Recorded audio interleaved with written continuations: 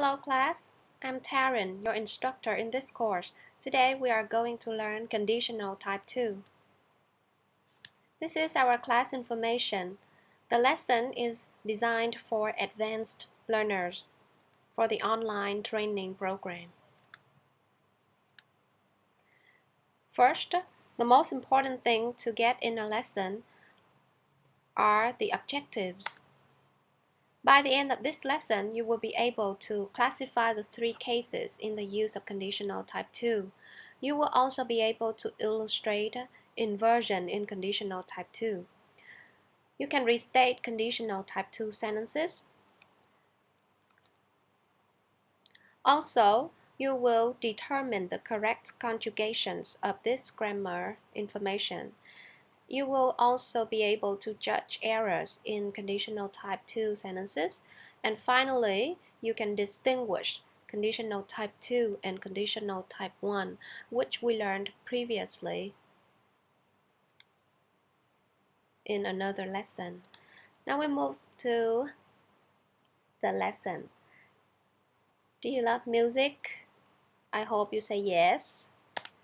So here, this is your task. You will listen to the song and fill in the gaps.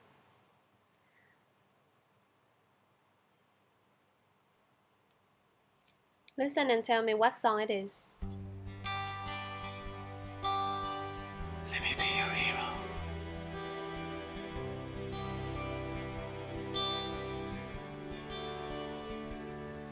Would you dance if I asked you to dance? Would you run and never look back? Would you cry if you saw me crying?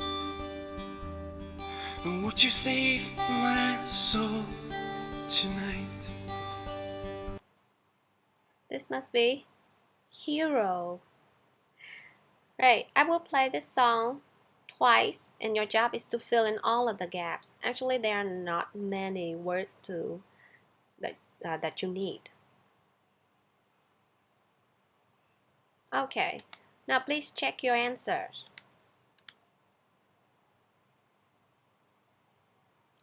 Next, we'll have pair work. Please choose your partner. Make sure that there are 3 pairs. Now what I would like you to do next is within 2 minutes, you will work together and answer these 4 questions. I will read them aloud, and please, you can start discussing right now. How many clauses does each sentence in the song have? Do you think the conditions are real or unreal? What is the verb form of if clause? What is the verb form of main clause? Okay, your 2 minutes is over. Pair 1, please. Jimmy and Peter, please give me your answer for the first question. Very good, there are 2 clauses. Next, please. Tom and Mary. Real or unreal conditions? They are unreal, very good. Next. Rose and Daisy. The verb form, you can see past simple or present simple. They are past simple, very good.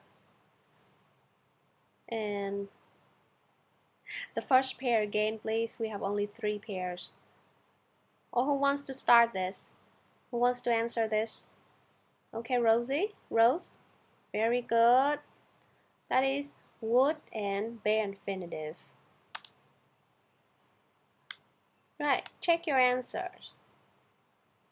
Remember that I will post these slides on Google Slides after this lesson so that you can have a look at them more carefully in your free time to review the lessons and make sure that you do it. Okay, right. So today's lesson is about conditional type 2.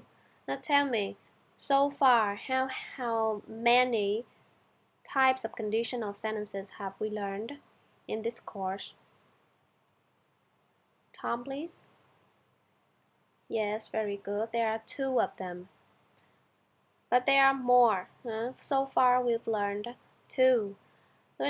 Before learning the new one, the new thing, what should we do? Very good. We review the old thing. So let's review conditional type 1. What is it? Jimmy? Let's see. Okay, you gave such a perfect answer. We have two more boxes. Who wants to complete the next box? Daisy? Okay, very good. When do we use conditional type 1? When? Very good. When we want to discuss or describe an open future condition. And this is an example. Right. Class, would you please read the sentence together? Let's start. You will? Very good. You'll be late for school if you do not hurry. That is conditional type 1. I will give you a lot of example sentences, and please take a look at them carefully. I would like you to pay attention to the verb forms or the word forms here. How many cases are there? Please take a look. There are 9 of them here in this chart. Right, but for the use we have three uses. Right, and the forms I gave you: affirmative, negative, and interrogative. Of course we have interrogative, but I know that you can do it. Can't you? Very good. Right. So what are the bold-faced clauses? If clause or main clause? Yes, they are if clauses. Okay, so the others must be main clauses. Right, please take a look. I'll give you 1 minute to look at them and make any questions if you need to.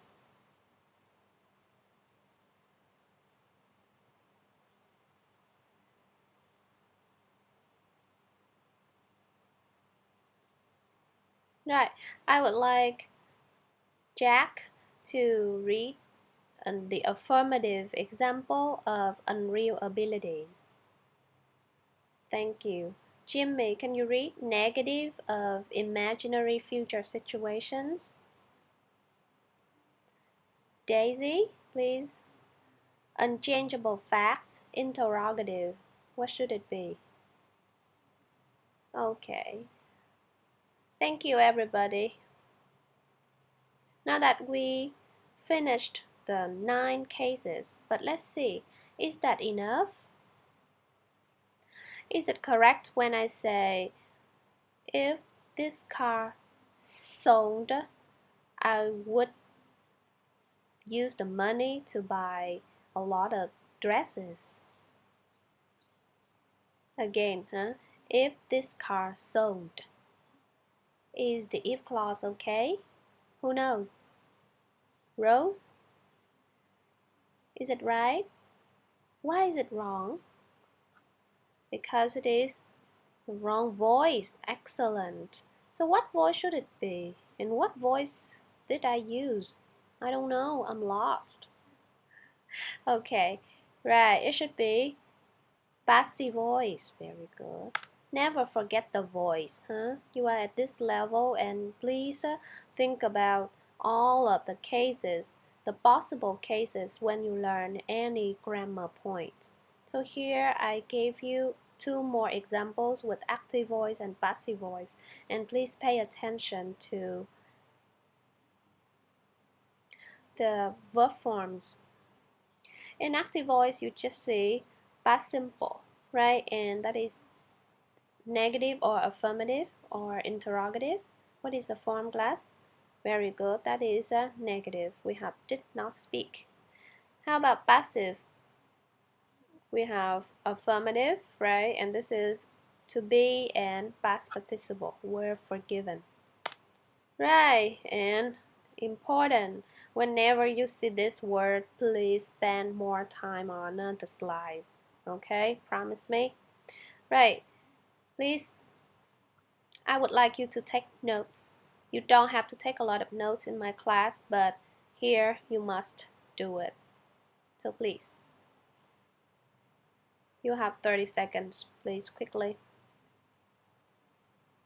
Conditional type 2 is used to talk about unreal conditions in the present or future. Simply, that is how or when we will use it. And there are 3 cases if you want to be more sophisticated. The first is to talk about unreal abilities.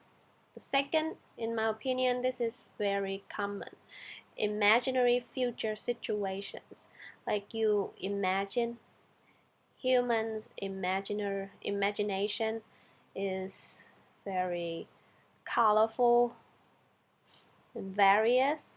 They can think a lot about the possibilities, right? But that is imaginary, okay?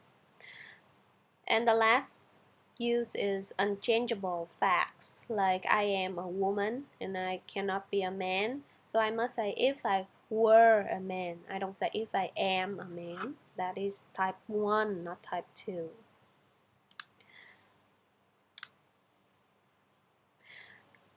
Next, I think this is a helpful chart, right, to compare type 1 and type 2. And please, this will be in your homework. And your homework accounts for some points in your final score. So please take this into your consideration. I will let you some time to take a look at this chart. After that, I will ask you some questions and you must be able to answer them. Are you ready? Let's go. 30 seconds only.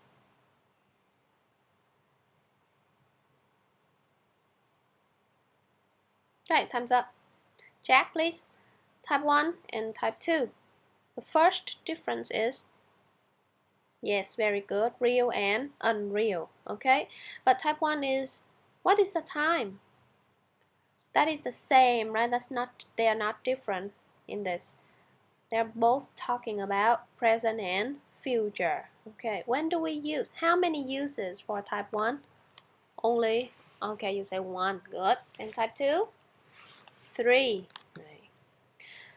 And what tense do we use in if clause of type 1? Mary? That's present simple. Very good. Type 2? Jack? That is? Okay. Right, here we have a name, or I mean a new term, which is past subjunctive. Actually, past subjunctive is like a past simple, huh? But for to be, we must use were for all of the subjects. Remember this? I just want to review because you learned this before in this course. Next, main clause in type 2 rows. Very good. That is conditional simple or conditional continuous. Usually, students do not use continuous, or they just ignore it because they don't think it is popular. However, if you have a definite time signal, you must use conditional continuous instead of conditional simple. Remember, students, I'm talking about non-native errors. Finally, the main clause in type 1 uses future simple tense. Okay. Another important thing is the syntaxes. So please write the formulas down. You may just look at this and keep this for your reference, but I would like this to be in your references for future study. Right, the verb form in if clause is called past subjunctive. I gave you both voices, active voice and passive voice. In main clause, we have conditional simple or conditional continuous for both of the two voices. Right, and with interrogative, remember here, would is not the only modal verb in conditional type 2. We can also use could, might, or should with a bit difference here. Right, a small difference here. Who knows? I want to hear from you. You are great. Jimmy, you say, it's about the possibility. Are you sure? Mary, do you think Jimmy is right? Okay. I appreciate your answer because that is correct. Huh? Very good. Would, okay, is the most. It has the biggest possibility. Next we have could and might. Okay. Should, in this case, should is unsure. Right. This is to tell me if you have remembered what we have just learned. Let's do multiple choice. Choose the best answer. You have 5 minutes. Let's go. On your answer sheet, please write 1 and your choice 1 to 5, okay? After 5 minutes, all of you at the same time will show me your answer sheet and please make them big.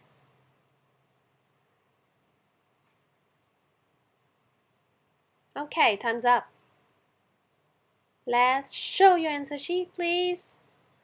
Well, we're waiting for one student. Okay, he's done. Good. Right, please exchange your answer sheets. Okay, right, make sure that you are not keeping yours. Now, please take a different color, maybe a red pen or so, and correct it. Check your answers. 1. It will be a wonderful trip if we go to Maldives. 2. If Cheryl and Alex were together now, they would have lovely children. 3. Mary would never talk to you if you threw her lipstick collection away. 4. My room would be less sunny if colored glass were installed. Active or passive class? Very good. Number 5. It has company. If his company were not too strict, Nick would not be stressed out. Who got all 5 correct answers? Wow, most of you. How about 4? How about 3? Okay, it's great. Nobody got 2 or 1. Right, so let's figure out why you have the wrong answers. Right, who got the wrong answer for number 1? Raise your hand. Okay, good. Nobody did because you learned this before. This is just a warm-up. Score for free. Number 2? Okay. So what did you give instead, Mary? You chose B? This is because you mistook, I guess, if clause for main clause.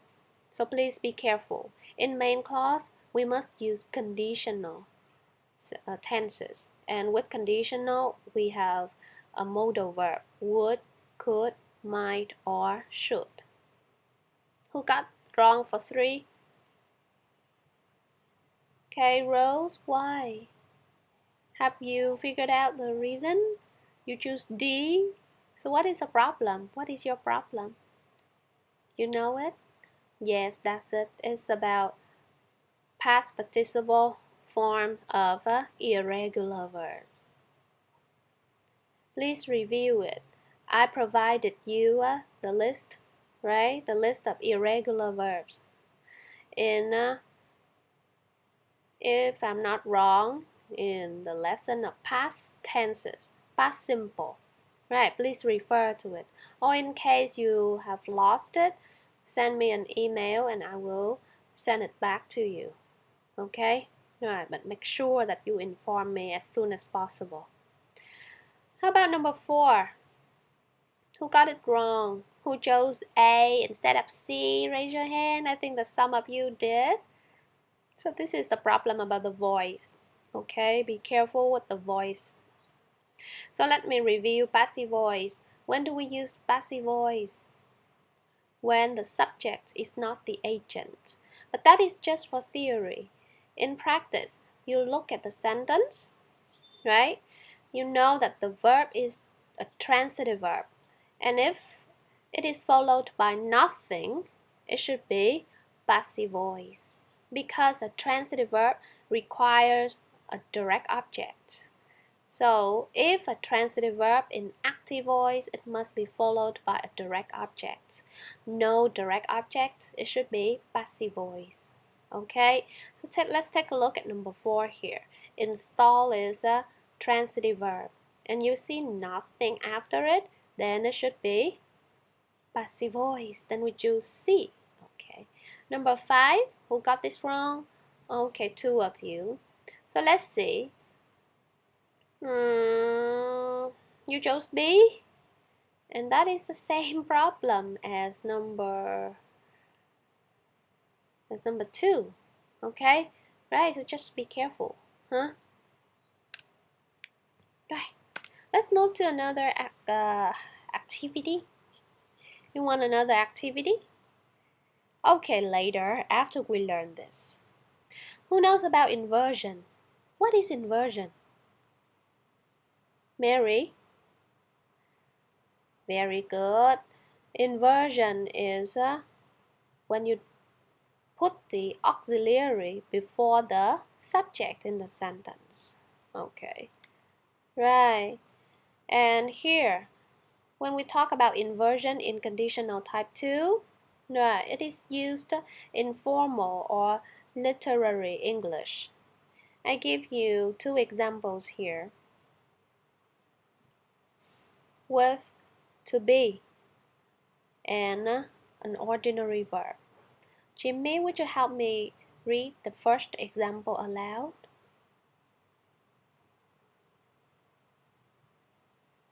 Okay, right, and this sentence will be turned into inversion. It would be a serious setback were the talks to fail. I took this example from our textbook, page 238. You can read more. Next, please, Mary. Thank you. And how was it changed? He would be very sad were she sick. What is the difference between the 2 examples? Yes, very good. The first example is were subject and to infinitive. And the second one, were subject and, yes, and the adjective. Okay, right. So what goes with the copular be? Very good. Subject complements. What is subject complement? Please take a look at the screen and tell me. The slides. Okay. Adjective, noun, pronoun, or gerund. So actually we have 2 cases here, for the subject complements. And next we have ordinary verbs. We must use to infinitive. This is quite easy to remember. Let me tell you a tip. The verb, okay, and we have 2 verb always. When you say a verb in English, like you say to go, to want, to sleep, to walk, you don't say go, right? Go, no, to go, okay? So here it is a verb, and you say were subject to infinitive. But if it is to be, I mean special cases, subject complements, and you think about adjective, noun, pronoun, or gerund. We do not touch the main clause. Remember, if clause only. More examples. Now I would like to divide your class into two groups. We have the boy groups and the girl groups, okay? Right, the boy will say the normal and the girls will say the inversion. Right, let's start. Boy, girl, boy, girl, girl, boy, boy, boy. Okay, right. Now, what is the note? Be careful, never use weren't. You say were. Look at the fourth example. Were her hobby not cooking? We don't say weren't or were not. Okay, either of them is wrong. Both of them are wrong. We must say were her hobby not cooking. Okay. This is the activity that I told you. Turn the following if clauses into inversion from using were. You have 5 minutes. And I would like you this time to write them down. Write your sentences down. We need to practice some writing here. Right, and please follow the examples. You see, if you won the lottery and you refer to this like this, it would be great. Were he to win the lottery. And if you see if there were more than 24 hours a day, you will say it would be great were there more than 24 hours a day. Remember there are two cases, subject complement and ordinary verb. Any questions for the rules? About the rules? No? Are you sure? Right, let's start. 5 minutes. Take out your pieces of paper and write them down, please.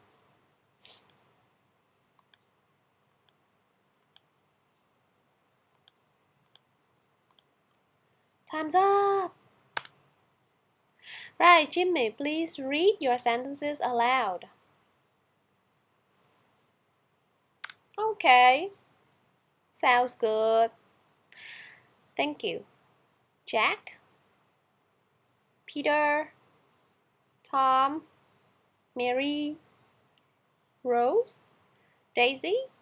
Okay, all of you, please check your answers. So here we have, were I to have a baby brother? Were there no traffic jams? Were this room bigger? Were the teacher to give us some candies now? I'm sorry, but we are too far away, but I will send them to you later through airmail. Okay, right. Were we not to or have to eat to survive? It would be great. I totally agree with this. And were I more athletic? It would be great too.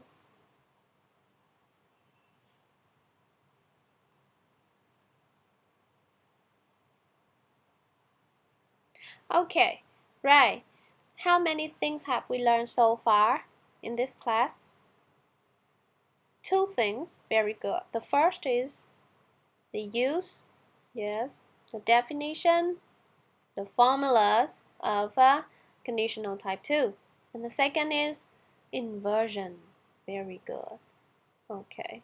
Now we will move to the next part, which is about a game.